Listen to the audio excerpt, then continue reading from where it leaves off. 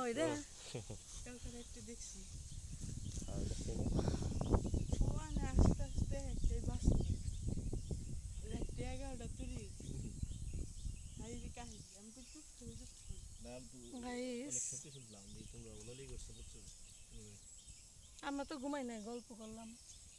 তারপর তামিম আর লাদি মারামারি করে তিনটা যাবে বুঝছো আমগো তো আমার তো 12টা 1টার আগে ছাড়াই না এমন খেলা শুরু করে কালকে চাহান দিয়ে বলছে এটা আর আমরা যে লুডু খেলা শুরু করি তোমার খুঁজতেছি আমি জানি কি বলতেছিলাম গাইসদের ভুলে গেছি। তুমি খুঁজতেছো তুমি যাও আবার আমি এমপি যাই আবার আমি এমপি যাই তুমি যাও কি জানি বলতেছিলাম গাইসদের। বুঝি কি জানি বললাম কেমন আরো সুন্দর বলো ভুলে গেছি।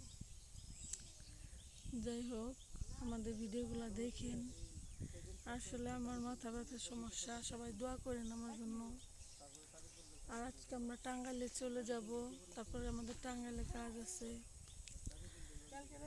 সবাই তো এটা তো কোরবানির ঈদ, ঈদুল আজহা।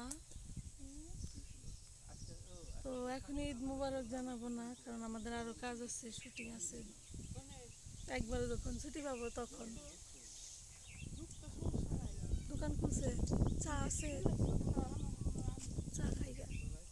মাথাটার মধ্যে একটু ভালো লাগবে না চা খাইলে? হ্যাঁ। তো গাইস